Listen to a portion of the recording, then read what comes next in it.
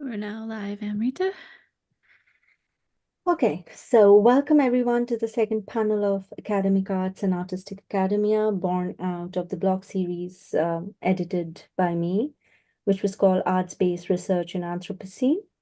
I'm Amrita Dasgupta. I pursue a PhD at SOAS and teach at LSE.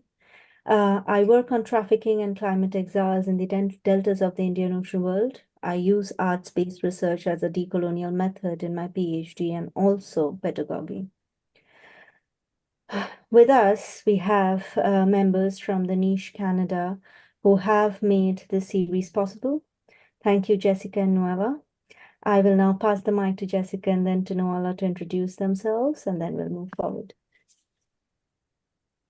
Sure. Hi, everyone. I'm Jessica DeWitt. I am one of the co-editor-in-chiefs for the Network in Canadian History and Environment, and I'm also the social media editor. So I pull a lot of the strings behind the scenes and make these kind of series and digital events, etc., happen. And I'm really glad to be here and to help Nuala and Amrita make this happen. So yeah, Nuala, you can go. I'm Neil Cuivnock. I'm the Niche New Scholars representative. I'm also an evolutionary biologist at the American Museum of Natural History and currently finishing a PhD in history of science at New York University. And so I work on conservation law and Madagascar. And so back to you, Amrita. Thanks so much for this event. Thank you so much for all your support. And today's panel is titled Representing Through Drawings, and we have with us Tracy Q and Bettina Eager. However, Bettina cannot join us today due to medical emergency, but you can read her piece titled Secret Places of Eco-Memory in the blog series, where she attempts a short comic-based contribution. I'm just admitting few people in between. Okay.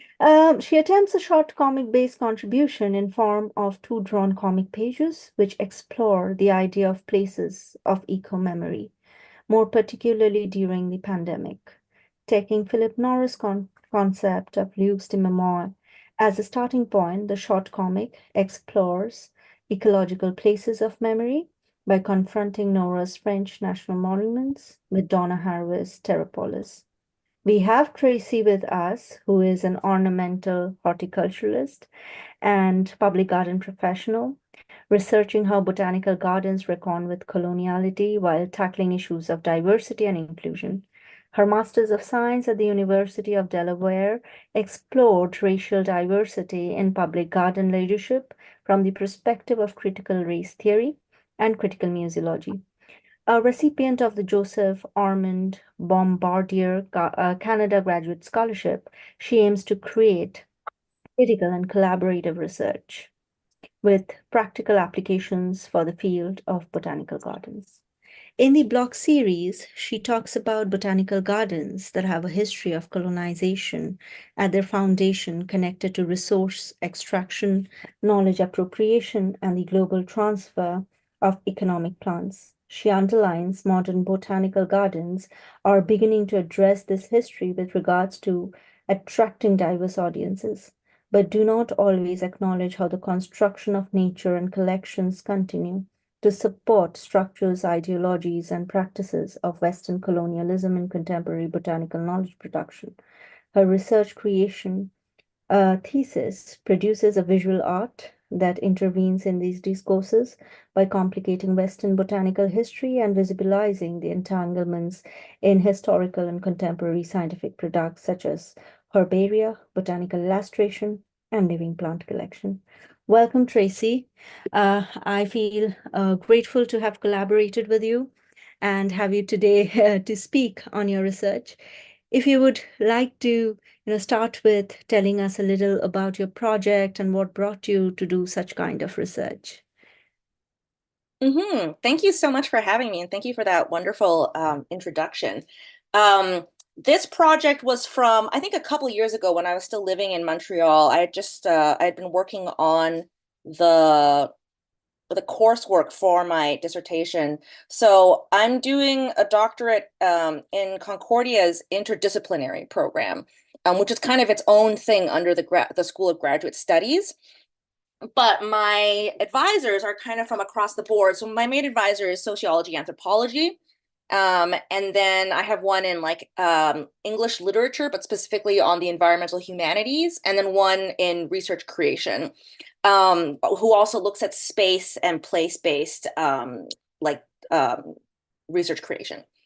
So it's kind of so from the beginning, I knew that my dissertation was going to be interdisciplinary and also very hands-on, I think, because I still work with botanical gardens directly today. But for this little project in general, so I always visit botanical gardens when I have a chance. I just like to go to them. I've been to them all over the world. I've worked in several. I'm familiar with a lot of them. And the history of specific botanical gardens, but also just the history of botanical gardens as an institution. So kind of like the museum as an institution. And so for this one in the Montreal Botanical Garden, I kind of wanted to explore experiencing the botanical garden from my own grounded perspective. I think kind of as an exercise as I was preparing for the research creation portion of my comprehensive exams. And so, yeah, like one of the things that's really connected to my research is also the history of natural science, of Western natural science and scientific imperialism. And it's very connected to mark making, sketching, drawing, and visual aids, because prior to photography, this is how plants and animals and minerals were represented, right? Like the history of drawing and then the history of printing really go hand in hand with the imperial history of like the natural sciences. So that's something that I've always been fascinated in, and I always kind of used to have this idea of, you know, naturalists like going on their crazy trips to Borneo and then sitting there sketching a turtle, which is not how it's done, apparently. Well, but that's part of what I learned in my thesis. But so it kind of came out of that and my general love for art and visual art in particular. And this was kind of a project for, I was taking a few different courses, one on qualitative research methods and one on kind of like creative research methods, which for me was looking at a lot that I was considering through the context of decoloniality and decolonization. So yeah, that's kind of how the project started.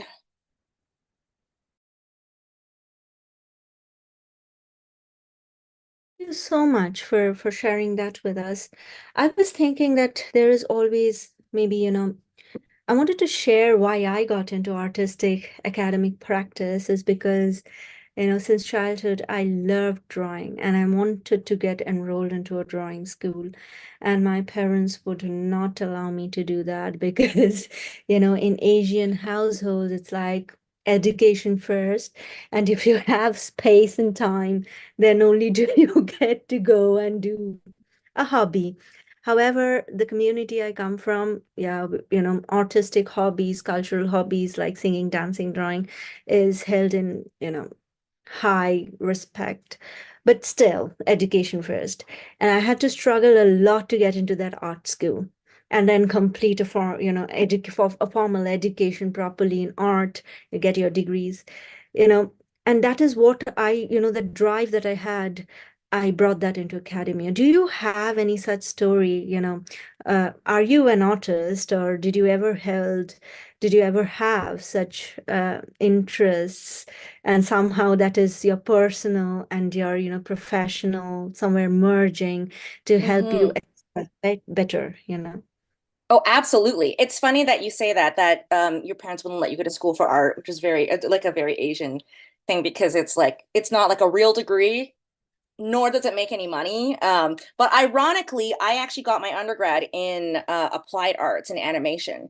And this is like a very like I think all of this is one giant life reflection, because it kind of starts from, growing up as someone who's both Chinese and Canadian, but like really struggled in school in like subjects that Chinese people are expected to excel in, so like chemistry and math and physics.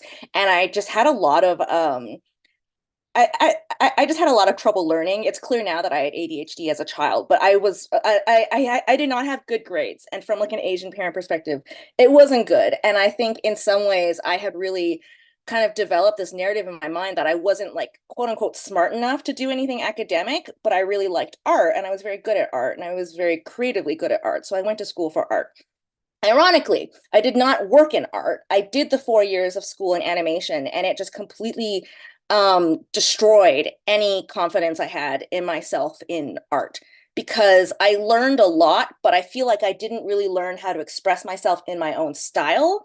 And a lot of the stuff that we learned, like really great technical stuff, but I knew that I didn't want to work in that field. And so I was burned out of art for almost a decade afterwards. Like I knew going to my 4th year that I wasn't going to stick in this for a career because it wasn't I think it wasn't able to explore critically some of the things that I was grasping with. And at the time, I didn't even really have a name for it. I was just like, well, I don't want to work this terrible job on a computer all day for like $8 an hour, which was like the minimum wage at the time.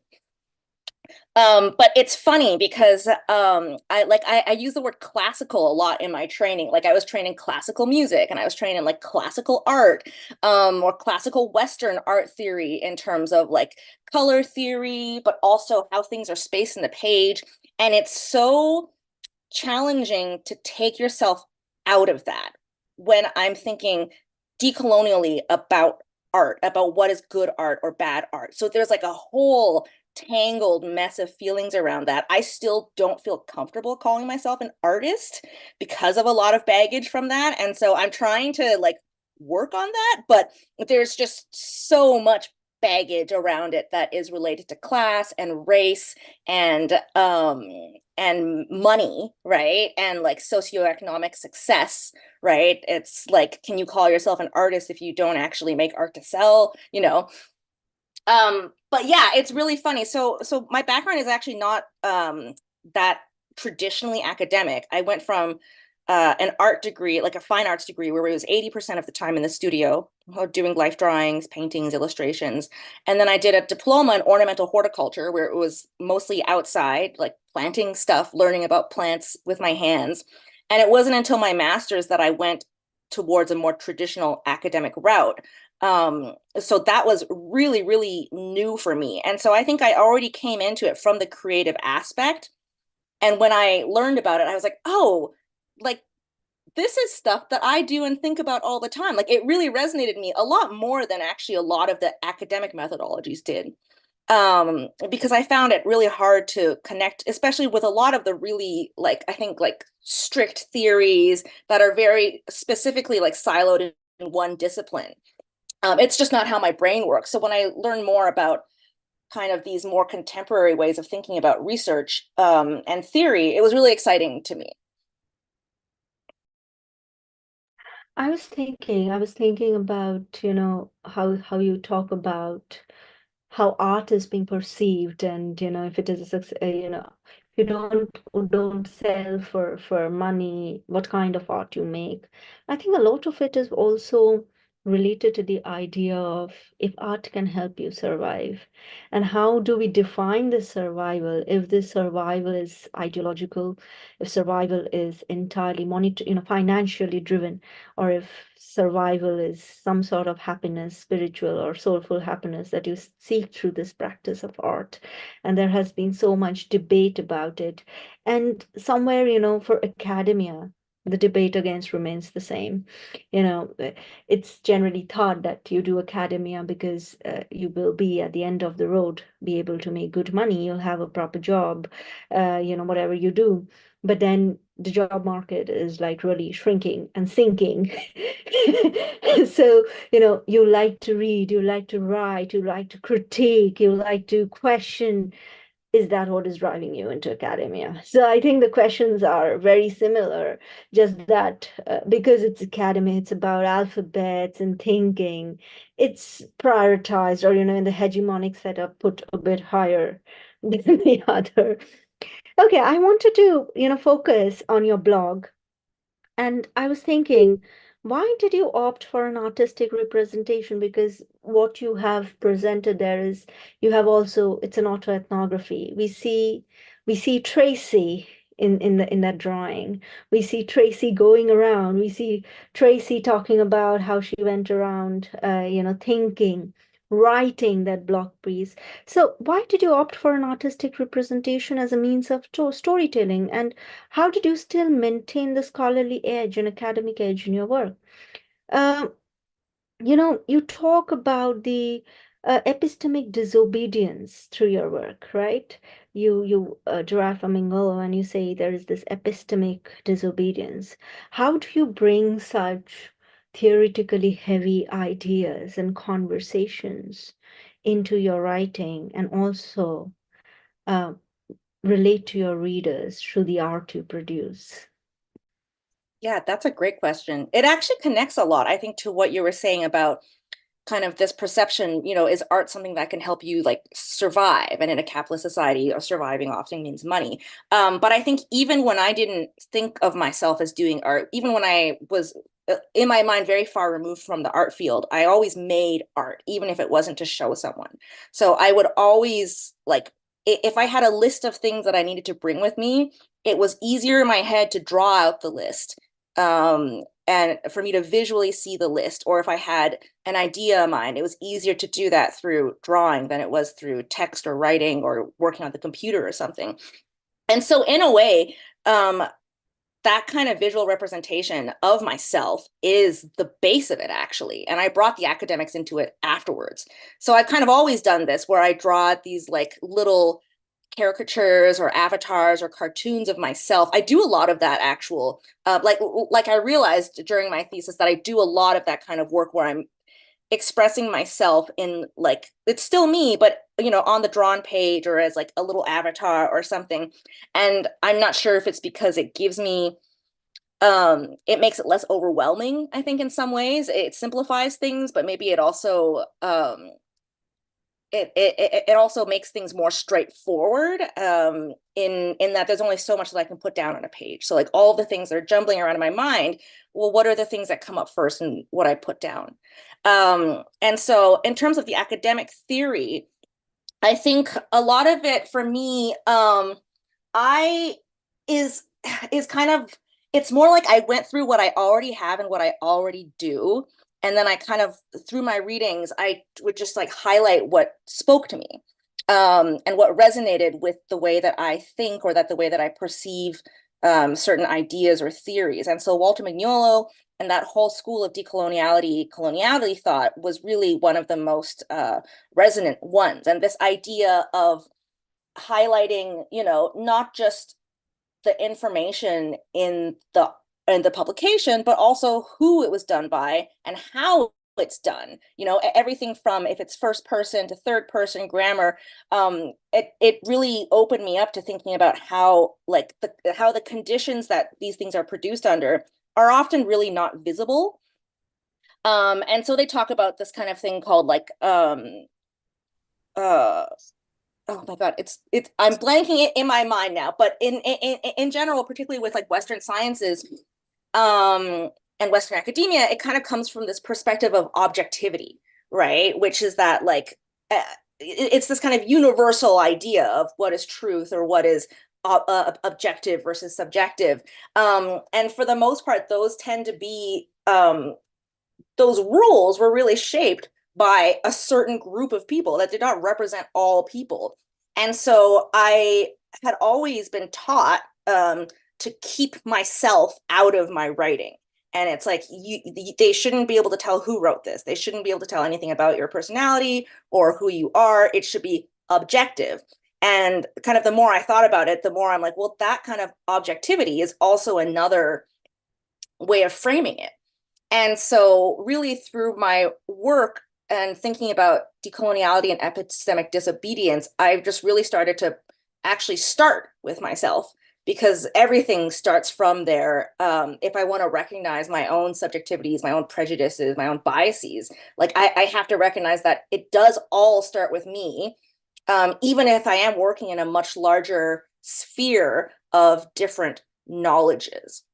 And so if I were to go through some of my sketchbooks and flipbooks, I have tons of things like this where I'm like, this is the little outfit that I was wearing today, right? Or like this is what I put in my lunchbox today.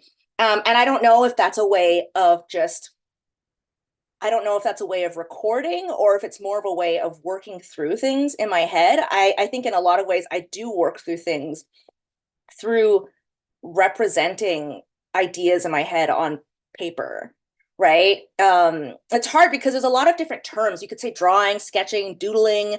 Some scholarly articles talk about like mark making, right? It's like if I'm using a stick and drawing in the sand, like at what point does it just start being me poking something with a stick and stop being like quote unquote art. Like as a little kid, we would go to Chinese restaurants, which I don't know if you guys know, but there are these like massive tables that sit like 20 people, and there's a lazy Susan in the middle, and everyone has these little paper napkins. And I would get bored, and I would just like dip a toothpick in the tea and then start drawing or doodling on the paper.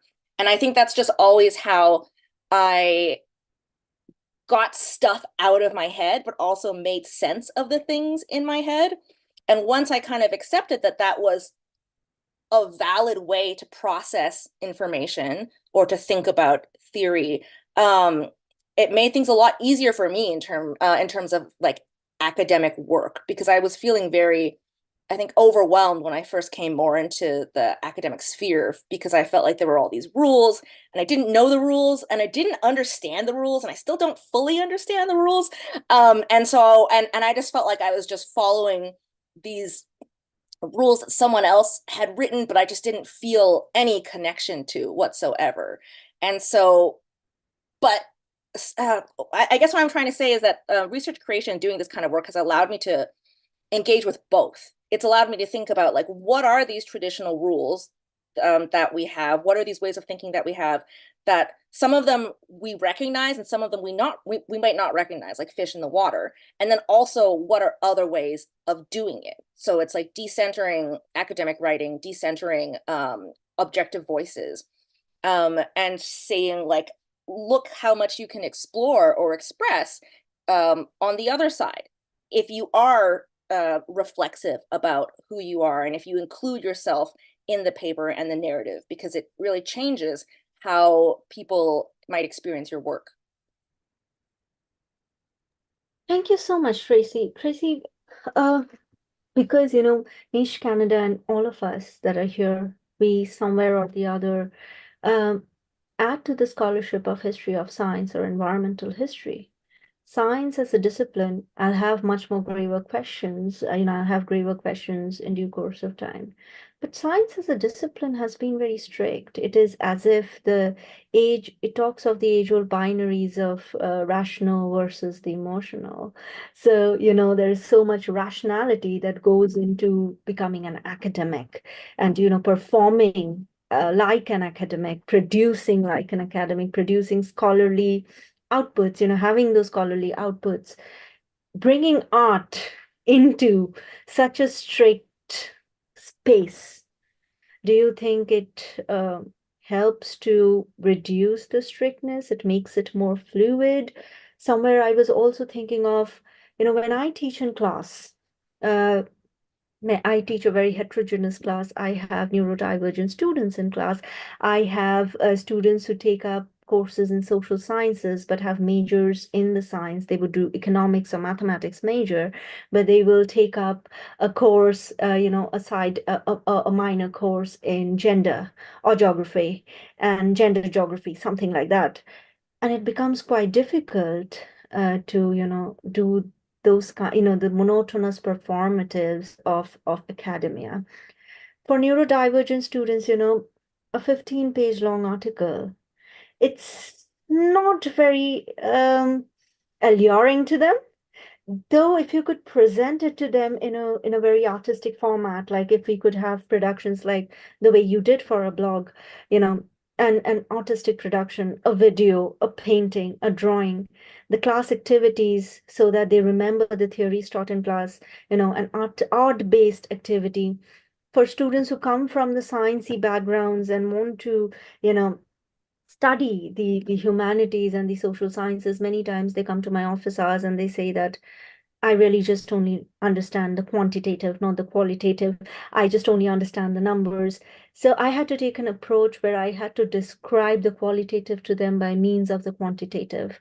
So I would have to be using number examples to tell them, you see, there is a change in the number. So we were talking about the Bengal famine, and I had to bring out archives and the numbers and say, this was the changes. This changes happened across so many years, number of years, what historical evidence we have, what events we're undergoing, showing them pictures so that they understand, what is happening. And Mhm. that interdisciplinary way of teaching, of approaching the subject, bringing in art also somewhere in translating the quantitative into the qualitative made it quite easier. So I was thinking that, do you think that bringing the emotional into the rational spaces of history of science and environmental history really creates a fluid environment for the rigid structures of history, which has really for the longest amount of time not looked beyond archives? And mind you, these archives are Mhm. archives institutionalized, speaking of only one part of the lobby and not the others, quote unquote others. Mhm. So what would be your thoughts on this? Because you are also working on, as we see, on decolonizing the botanical gardens, its spaces, how it's structured, designed, and the epistemes used there. Yeah. I think it's really interesting. The more that I understand about the history of science, at least in certain aspects, so like botany, botanical, like Western botany, botanical illustration, kind of like from just all the way across time, right? Like where plants were used, how plants were depicted, in terms of their utility, how classification systems work. The more I learn and understand that, the more I see that it has always been very fluid, but it's always written to sound like it's very specific. And I kind of love the history of the sciences because it's extremely like dramatic, like it's just the concept of objectivity and that we think of today is fairly recent. Like prior to that, it was really thought of that, if you were the expert on a subject, it was your duty to include your thoughts on it and express yourself as the expert. Like that was your job, right? And then going into, from what I understand, I'm not a historian, but from going into kind of like the industrial revolution and like the era more of like mechanical objects and photographs, that kind of changed, but it's always been subjective. And whether it's like looking at who's behind the paper or who's behind the pencil or who's behind the camera. I think it's really interesting because even so as someone with ADHD, and other people I think have felt the same way about this. Being a doctoral student or a candidate is like both the worst and the best possible position because you get to hyper focus on something that you're really really interested in and make a lot of like weird connections that might not necessarily be made, but at the same time you're just entirely there trying to manage yourself, which is terrible because we're terrible at managing ourselves. And it's like I can't, it's so hard to make myself read an academic paper. And so even when I was trying to learn more about these creative methods and research creation, so many of them were written in this really like scholarly academic abstract way that I just felt like it hurt my brain so much to try. It was like torturous to even try and go through it. And if I'd even just had like one diagram to kind of be like, oh, when they're talking about a crystal, they mean it looks like this, and there's all these sides to it, right? It would have made it so much easier. And so it's funny to me that so much like decolonial and like post-colonial, um, like abstract heavy theory when it comes to qualitative methodology is still so written and so dependent on the written word, which can become really abstract in terms of like the social sciences and like the humanities. Um, so yeah, I definitely like anytime I can get an image, it always helps me. And if I can't get an image, I make an image. When I'm trying to understand, how certain theories overlap, it helps me to draw like overlapping circles and Venn diagrams and think of shapes instead of just flat lines. And so I think it's cool because it engages a way of thinking that is still extremely, I think, complex and academically rigorous, but might not have been encouraged depending on who it was, right? Like I was never particularly a studious student. It's more like if I was interested in something, I would just hyper focus on it all the way. And so, yeah, like the doctorate has been incredibly difficult in that way. And being able to kind of experiment with these different ways of thinking and then thinking about thinking. I know there's more academic terms for it, but that's how I think of it in my head. It's like I think about thinking, and I think about thinking about thinking. Has kind of also helped me kind of come to terms with like this is how my brain works. And that's okay, right? And this is how other brains might work and see this, which is really difficult to do, to be honest, is to try and see the world in a different perspective from someone else's viewpoint. I mean, it's like technically impossible because you can't get in someone else's head, but it makes it a lot easier for me to kind of deal with some of the more rigid structures, because for some of the rigid structures that I have trouble understanding, I can actually just also draw it out and maybe be like, okay, when they say this is rigid, it's like this is the box and it doesn't go into there. But maybe there's these kind of theories that are kind of outside of the box right now. And depending on how far apart they are or like how weirdly they're connected, you can create those visual representations and connections so much easier with like a little squiggly line than like 3 paragraphs of academic language. Thank you, Tracy. Tracy, somewhere I was thinking that, when you do research on botanical gardens, we do have colonial photographs. And as we find in anthropology, where anthropologists used to maintain diaries, sketch diaries, they used to sketch their environments, even human figurine, and they made their own, initially made their own theories of the stereotypical theories of what race looks, what kind of.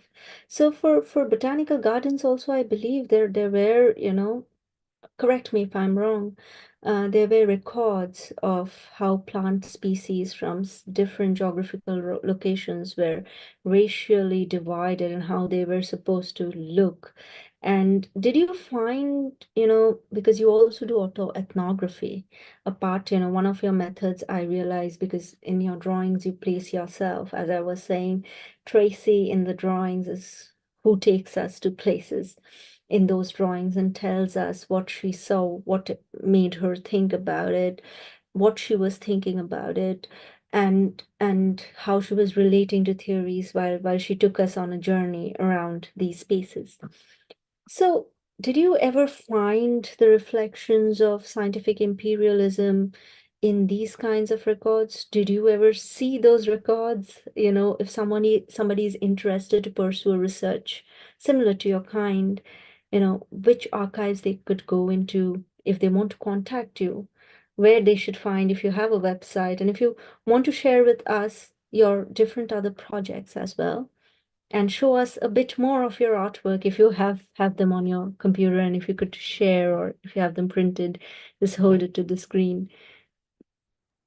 Yeah, absolutely. So I actually last fall did my kind of like field research. So I went to the UK and I spent 2 weeks at Kew Gardens and 2 weeks at the Edinburgh Botanic Garden in Scotland. And then the 2 weeks in between, I hiked the West Highland Way with my friend, which is like 156 kilometers on foot. And that wasn't meant to be part of the research, but it kind of became part of the research. But the time that I spent in the Botanic Gardens was mostly around their archives.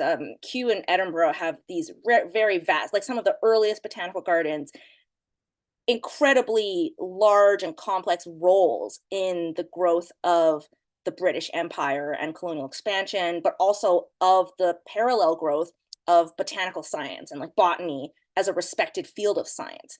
And so it's interesting to go through their archives and see what resonates and what doesn't resonate, and especially from I think my own perspective as someone whose background is Chinese but is also like settler Canadian, and a lot of like weird, or I describe it as like weird feelings about being Chinese but not being very Chinese.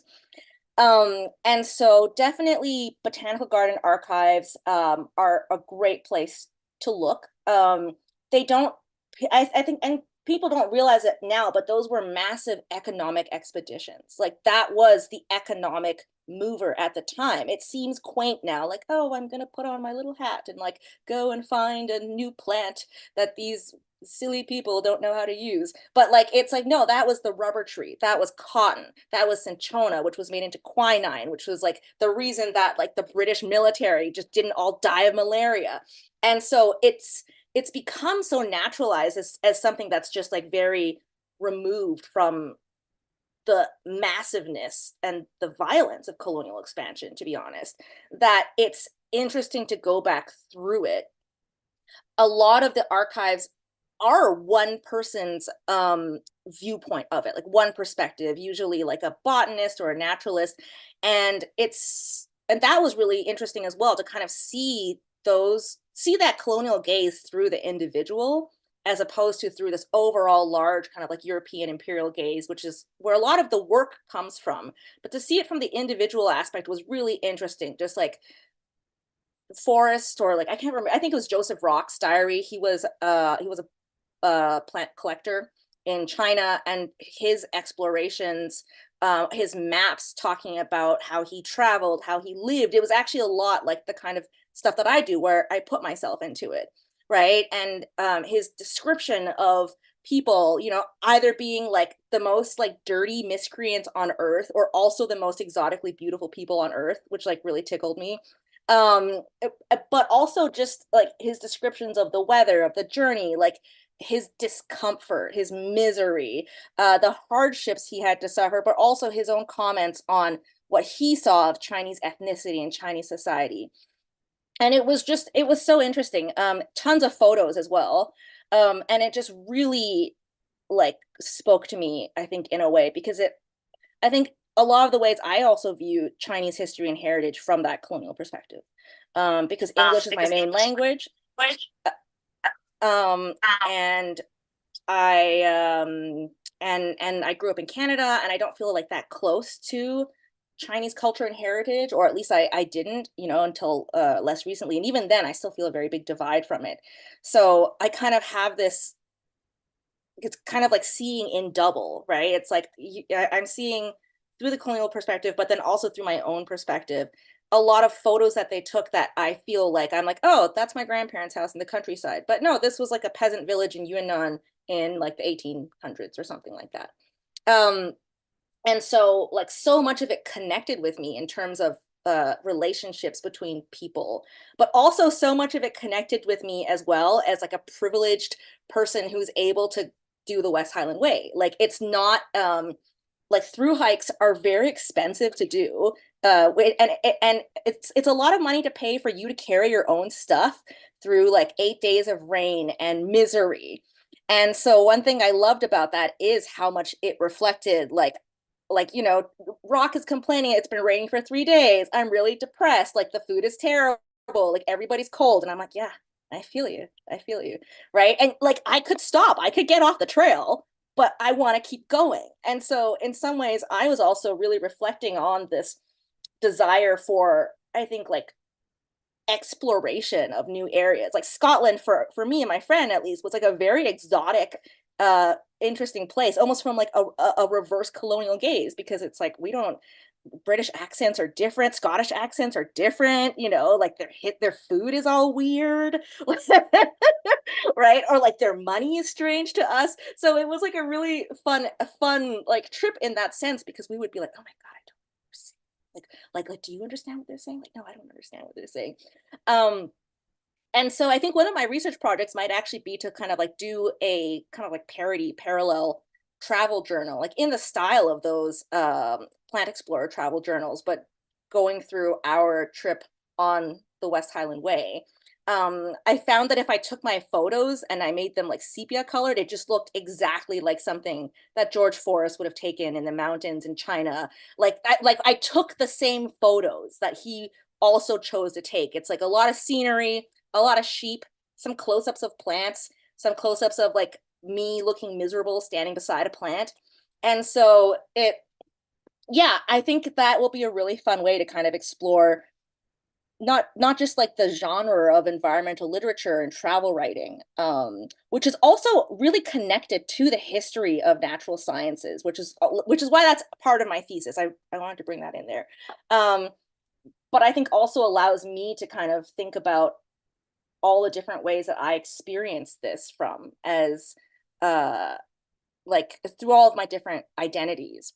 And all the like confusing factors in it. So I don't have I'm trying to make a website at the moment. I keep saying I'm going to do it. I haven't done it. It's like every academic's like, it's like the last thing that I actually want to do. But I do have a LinkedIn and I am available by email if anyone ever wants to message me.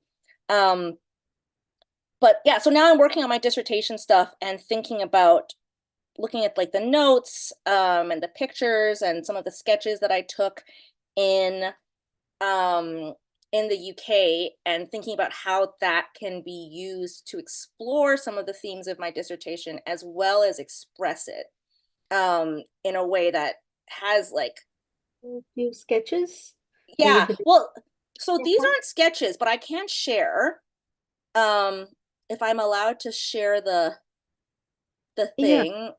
Yeah, could Jessica, not doing a website while having AD. I know, right? It's like the website is in my head. Why do I need to make it? Like other people should just know, right? Like it seems pointless to me, but I know it's not.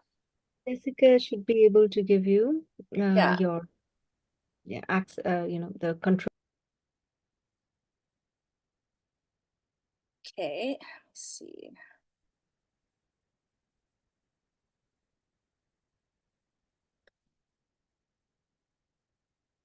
I don't think I'm able to do it yet.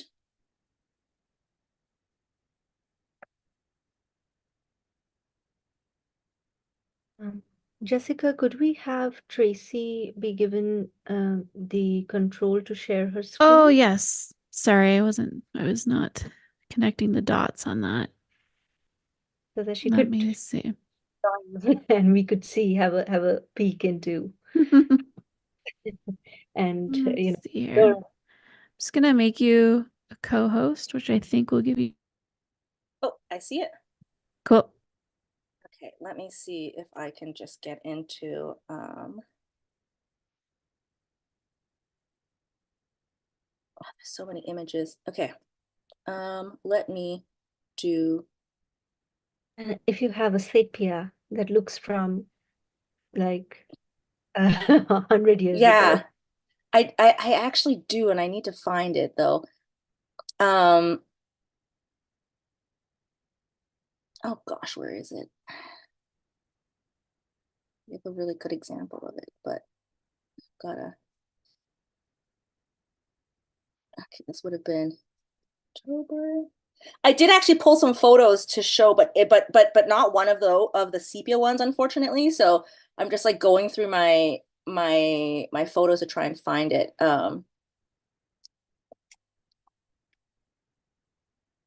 I don't know if it'll work the same if I just try and like show my phone screen. Probably not. Okay, so these are the photos from my time there. Here, I'm going to share screen right now because then people can also just see what I took photos of in general. Where do I share? And so hopefully nothing like terribly weird or embarrassing comes up at the same time, which is always a bit of uh, a gamble. So if you see anything weird, just like don't, ignore me. These are from Edinburgh of the Gardens. I should have ones of the West Highland Way towards the end. I also did see a few of your paintings. Maybe you did draw a flower or something red. Yeah. Okay. I don't have that, but one of the things that I did actually is that I made this little doll that I call Peanut Tracy, and she's like a very tiny little leather doll.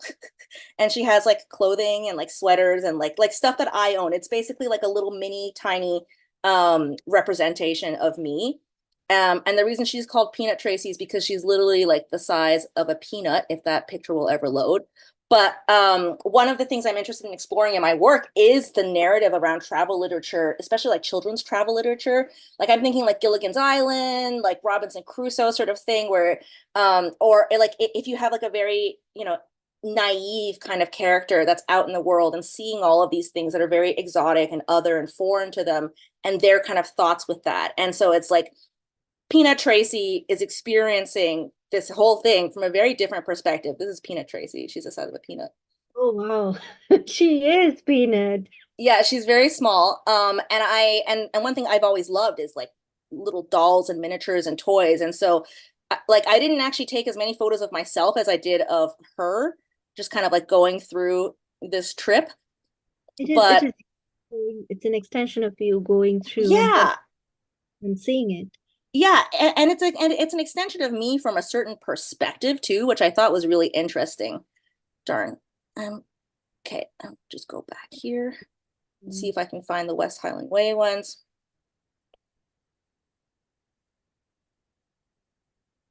Okay, this would have been end of September. Oh yeah, these are the West Highland Way ones. I might not have the sepia, but you can imagine the sepia. But Travel diary. right, as a travel diary, and it's especially funny because both my friend and I are Chinese and settler Canadian, and neither of us speak Chinese very well, but we're like very obviously visually East Asian, and so we both have a lot of this history of like thinking about our identities and like not being a quote unquote good Chinese person. And it's like these two Asian girls going through Scotland by themselves. But so like something like this, when I made this sepia was so good. Like it looked so much like something that, dang, I can't do it here, unfortunately, but it looked so much like something that would have been a photo from, George Forrest collection. So like plant, cow landscape, me beside the cow, right? Like I like little pictures of our accommodations and lodgings, but um and in many ways, I'm very proud of this because those explorers had like a crew of like 20 something like mules that carried all of their stuff and their tents. So like we did this all on our own. I just want to point that out.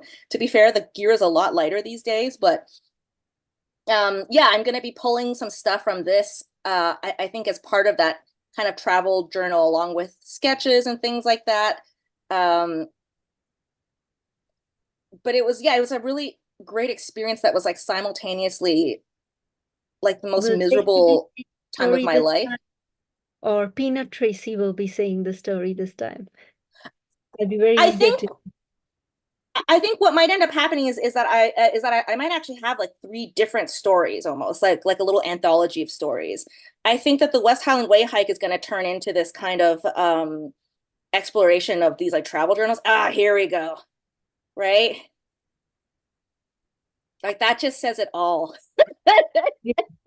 This It is a does look bog, like out from a record from 70 right? years ago. This is a It does bog. We have the could we tent, couldn't we a very we couldn't. important element of Yeah, travel journalism and yeah. journaling as well as photography. Yeah, and I wish I could easily scroll through to find the other examples of that. Which I'd like to put if I end up getting a website, but like it just like the composition, the I mean they didn't smile as much back then, so but like we couldn't find anywhere else to camp that night to pitch our tent except in the middle of this bog, and we woke up in like an inch of water and we were just like, why? It's Why did very we choose to? inspiring. Like Yeah, this is, it makes you there's feel a nice. Like you look very happy doing the research. Yeah, but you also and it also just gives this feeling of loneliness, which is I think a really interesting theme in these travel journals because you're not actually that alone. Like we had cell phone service the whole time. Like the highway was only maybe like a mile or two from any of these points, usually, right? Like if we really needed to, we were walking through towns. But it's interesting how capturing and sharing these travel narratives, I think like thinking about the ones in history and also the ones that we naturally do now, it really gives the idea that there's nobody else out there. And it's like you're this intrepid explorer by yourself, when really it's like this is actually what the rest of the hike looked like. And that's also not what they show in a lot of the narratives about plant exploration, right? Just even the way that they talk about it is very like it makes it sound like this one dude went and like took all of his own photos and drew all of his own Very. drawings and carried like a gazillion plants out when he had an entourage of like 50 people, um, and didn't actually have to like do that much of the heavy lifting. But those aren't the stories that get told, right? Yeah. There's so So, much silence regarding the actual work that went on and people that did a major part of that work. right. Let's see if I can find anything. That's wonderful to see and very inspirational. We do have sepia pictures of Pina Tracy Here. in archives. Yes. So And so this who is like, so I believe this is from George Forrest's travel, hmm? another plant collector. And so I took photos of a bunch of these like sepia photos that, and at the same time, These are it from the was, archive. yeah, these are from the archives. These are from his direct archive photos. Like these are larger. Let me see if I can flip this. How do I do that? I think you Pretend can. this is at an angle. But like these are the kind of groups that they were traveling with, actually. It's like a lot of very large groups of people. Would they Um, also have specialists who knew about the mhm. local plants Oh yeah, and they had their experience was somehow being exploited as well by this very important European white botanist who yeah. apparently went on this adventure and exploration. Well, one thing I loved about the archives is actually exploring the other side of that agency and like learning more about the people that they hired, but also about how much agency these people had. Like a lot of diary entries about like, oh, these two guys quit on us, or it's like the porters weren't going to go any further today, or the officials wouldn't let us through, or like the merchants are trying to scam us. And it's like um they really were also like they weren't welcome with open arms, especially not towards the end of this period of history when the Opium Wars was really going on in China. Then there was a lot of officials and soldiers to get through.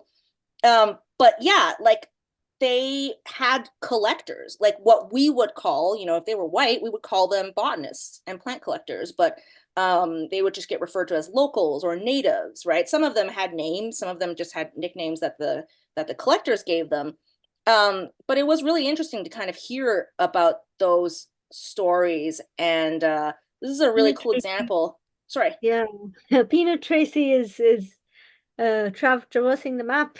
Yeah, she was in the archives as well. But this is like an example of a map that was drawn by, I believe, George Forrest's like main guide, Hmm. um, who like just knew where everything was off the top of his head, and just seeing how like they approached mark making at that point. Yeah, so this is written in Chinese. Yeah, and this is written in Chinese. So they were in an exploration in which area? Um, And name of plants where you might find them. yeah, this is more kind of like Hmm. southwest Okay. China. Okay. Um, yeah,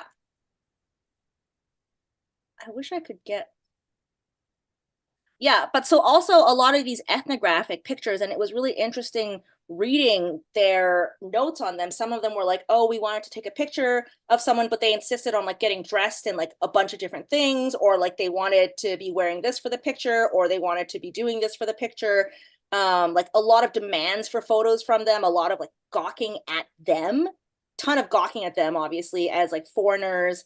Um, but and at the same time, so much of it feels so familiar to me from like Hmm. remembering my family in the Chinese countryside. So we're from like northern China, Harbin, which doesn't have as much of this kind of history because it's so cold up there that I think no one bothered. Um, but it was really, yeah, it was really trippy. It was really trippy to see just like what people wore, and like like to think about the relationships that they would have had between each other.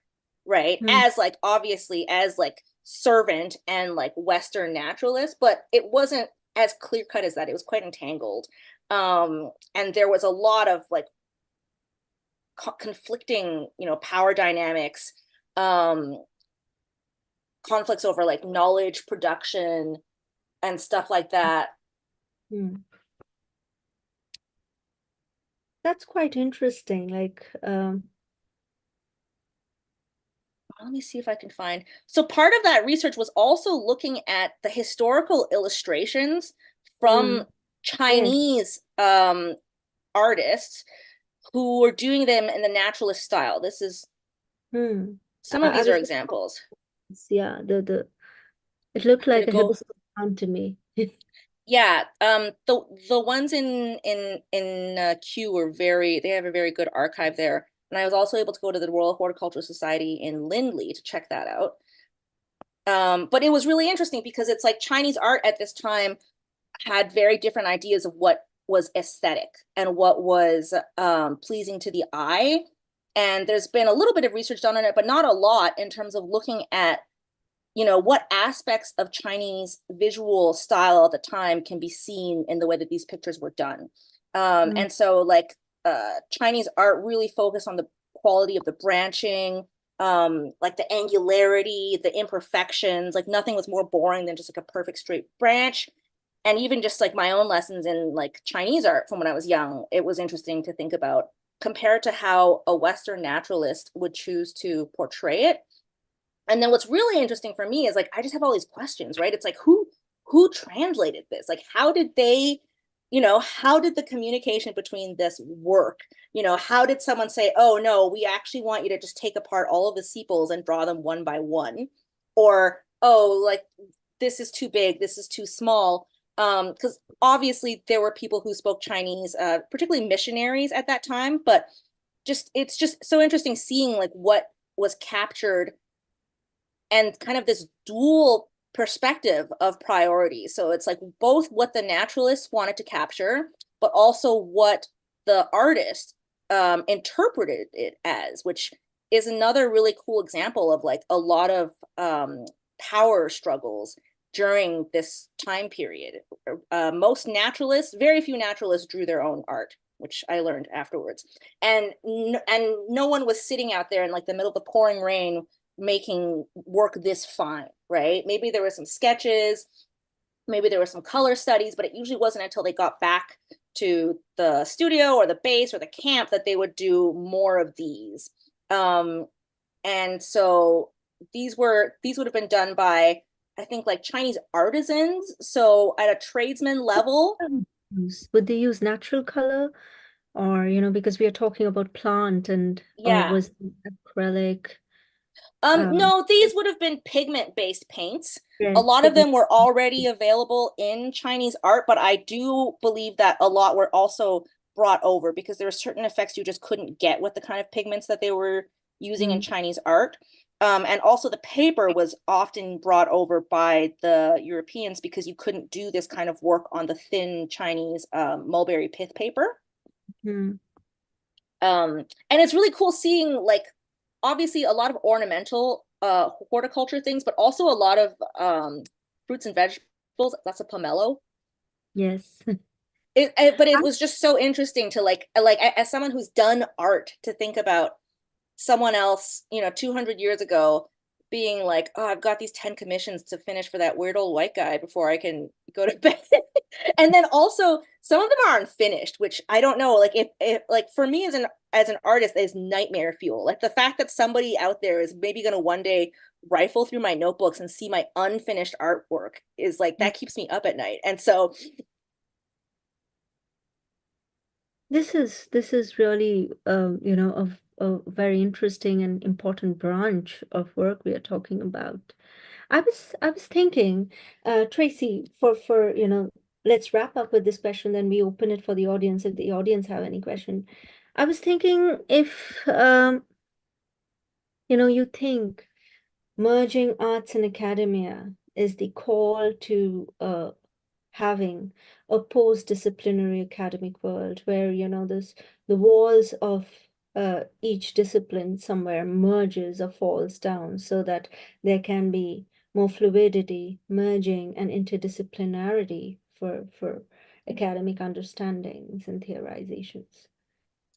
Um, I mean, so from what I understand in terms of my readings on research creation and like arts-based research, is that it has been going on for a while, but for a long time there wasn't like a consistent definition of it or a consistent name for it. And there's a lot of different definitions of what counts as scholarly in those circles, because there's a difference between doing a master's in fine arts and having an exhibition that's and then also then having more of a critical arts practice versus more of a research-based practice that also produces art on the side. And there's a big spectrum of that. And it's a really big rabbit hole to go down, actually. So there's a lot out there as it is, and it's not always the most, I think, like easily available.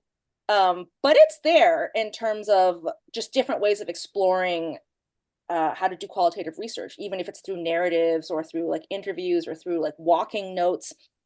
There's a big world out there for it. And so I do think that it's got a lot of room, especially because nowadays it's so much easier to disseminate this kind of stuff, right? Like back in the 70s, 80s, 90s, you might have done your research and like two other people saw it, or you had one exhibit. And now, because of the internet, it's so much easier to kind of share that around with other people. And people who might not necessarily have access to academic sources or academic, like traditionally academic material, you know, might actually have access to your work, especially if it's being posted on a more public site. But yeah, I do really think that I mean, one of the things that I like about research creation is Natalie Lovelace's kind of idea that research creation is specifically an intervention in Western academia. Like you could do it without it, but then it wouldn't really look like the point of research creation is to challenge these rigid structures of what is considered to be valid knowledge making. And to kind of bring in these other ways of creating knowledge that are equally as rich and might be able to show something more complex or more entangled that can't really be described with words or can't really hit the same emotional note with words, with empathy being a really big part of, you know, connecting with audiences and stuff like that. So I don't know if that answers the question, right? I think my overall answer is like, I don't know. It's so cool, but it's like, it's huge. And I feel like I'm so, I feel like I'm like just at the very surface level of it in many ways. Thank you, Tracy. So thank you for having this conversation with me. And I would like to pass the mic to Nuala if there are questions from the audience, if you have questions from Nish. And yes, thank you. Thanks, Amrita. Tracy, this is like so fascinating. At the moment, we don't have any questions coming in, but we do have a comment about someone would love to reach out to talk more about research creation and plants. But I do have a quick question for you. I would love to know more about just your process. You mentioned a little bit about sort of the different sort of venues of like doodling and stuff, but I just wanted to know, like, when you go in and like, are you going in with all your materials to do some sort of drawing or sketching, or is it just something you carry with you and then something happens and you start? I'm just really curious about that process, if you don't mind sharing. Thank you. I think for the longest time, I was just always carrying like a plain notebook around and a pen or a pencil. And so I've tried to get into other forms of like visual art in the field, like plein air painting and watercolors. But to be honest, I always just found it the most natural to just have something that makes a mark and something that can be made to mark on, whether it's like a post-it or a receipt or, you know, a toothpick dipped in water or something like that. So like if I didn't have anything, I would find something if it really felt that necessary to get out. And but a lot of times I think that the sketches or observations I do, like I often just didn't keep them. Like I don't have any sentimentality attached to them it's kind of like a text message in the sense that once I get it out, I can remember the message and restate it or remake it in a different way. But I'm not like, oh, I've got to keep this gas Esso receipt that I drew on with a highlighter to like frame for later use, which is really interesting thinking about, you know, what's considered art and like art exhibition and like framing or like a single work of art. I think for me, a lot of those, it's like those are the post-it notes that then get kind of like discarded in a little trail of like weird napkins with ballpoint pen on them. It also, this is wonderful to hear. It also challenges sort of the notion of what an archive is, right? Because like you're in these spaces where everything hopefully is collected, or you want, you know, whoever your historical actor is to have collected everything. So my follow-up question then is, when you were in the archives and you saw field notebooks or you saw photographs, is there something that you could share with us that hasn't made it into this blog post or into this research specifically that we're talking about, that sort of like surprised you when you came across it, or made you laugh out loud, or made you want to scream at the person who'd written it or drawn it or something? If you could share that, that would be brilliant. Yeah, as someone who's not a historian, I realized very quickly on that I just couldn't spend a lot of time looking at handwritten letters. Like they were so hard to read. I don't know how people do it. But it was just really interesting to look at them because they were so formal for the most part, right? Especially when they were reporting back to the monarchy or something. And so it's like, as your humble servant to the Queen of England, I am pleased to let you know that I've received your letter. And like, that's the letter, that's the whole letter. And that would take like 4 weeks to get there. And in some ways, it also reminds me a lot of this modern kind of like Western work culture and email culture where it's like, as per my last email, like I saw a lot of that in the letters. It's like, as per my last missive by boat, I sent the sample of this, and if you have not received it, please go look for it because I do not have another one. Like I will be in touch to follow up or something. So just like the pettiness of humanity has never changed, no matter what. I'm not familiar with this area of history, but the whole like Ea Nasir thing, the guy with the copper who famously produced very crappy copper, but kept every like clay tablet that was sent to him complaining about his copper, and like looking at the translation of those is like reading like Amazon reviews, right? It's like 2 out of 5 stars, like would not buy again. This guy ignored my calls afterwards. And so that was extremely, I think, like humanizing to me in the sense that we're all like just petty at the end of the day, petty or tired. And also just that I don't think I was expecting so much to relate so much to a lot of those colonial notebooks and journals. And at the same time, I'm not surprised that I do, right? And that's often been a question that I have to ask myself as well. Or like when I first got into this, before I really thought more about decolonial theory, I always feel like I was kind of at an odds because I genuinely do love like classical European botany, right? Like the way that they taught it to us in school, the Latin taxonomic system. Like I love that stuff in class, but at the same time, it was also, I had to kind of reconcile that that was part of this much larger and extremely violent system that continues to do so today, right? It's like the same taxonomic system that Linnaeus used, that I learned all of my Latin plant names by, was also used to taxonomically classify human beings as subspecies based on how close they were to being civilized, were obviously with European at the top, and then like they had all these descriptors of the other races. I believe like Asians were like considered like sooty and melancholic, which I don't even know fully what that means, but that's the one that I'll repeat because I'm Asian, so I feel like that's okay. But and a lot of those are still what you see, like the thing with that is like so many natural history museums still like parrot that. There's so much where it's like European history is in a history museum and non-European history is in a natural science museum or a natural history museum, right? Like that alone, it doesn't seem like it seems like, oh, we're far away from that. But it's like, no, that's the basis of our entire system of classification for plants and animals, which is also the basis for Western science. And so when you like think about it that way, you think like, what are the circumstances that this knowledge was produced under? I think it makes you ask some really interesting questions about what is the knowledge being produced today, right? And what is maybe what are some areas that were really lacking that could really bring more richness to it? Because I also have a scientific background as well, so I'm also like of many worlds. A lot of it, I think, for me has just been a long reconciliation of these kind of constructed binaries of like art versus science, which is like not really a thing, or like colonization versus decolonization, which is also like not like such a clearly divisible binary. Thanks, Tracy. That was awesome. There's like so much to think about. And Rita, we don't have any other questions coming in at the moment, so I'm going to pass it back to you. Thank you, Nuala.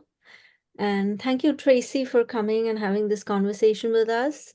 And thank you, Jessica and Nuala, for making this happen. And I don't know, yeah. And yeah, I hope that we are able to, see and work on more projects in the future collaboratively. And thanks, Nish, for providing the platform. Yeah. And Yeah. now see all, I'll be hoping to seeing you all next week again. Yeah. I think the timings change, but it's again on Thursday, and have our last panel on the series. So thank you once again. Thank you, everyone. Thank you, Nish, and thank you, Amrita, for putting all this together. Have a good day. Yeah, have a good day. Yeah, bye.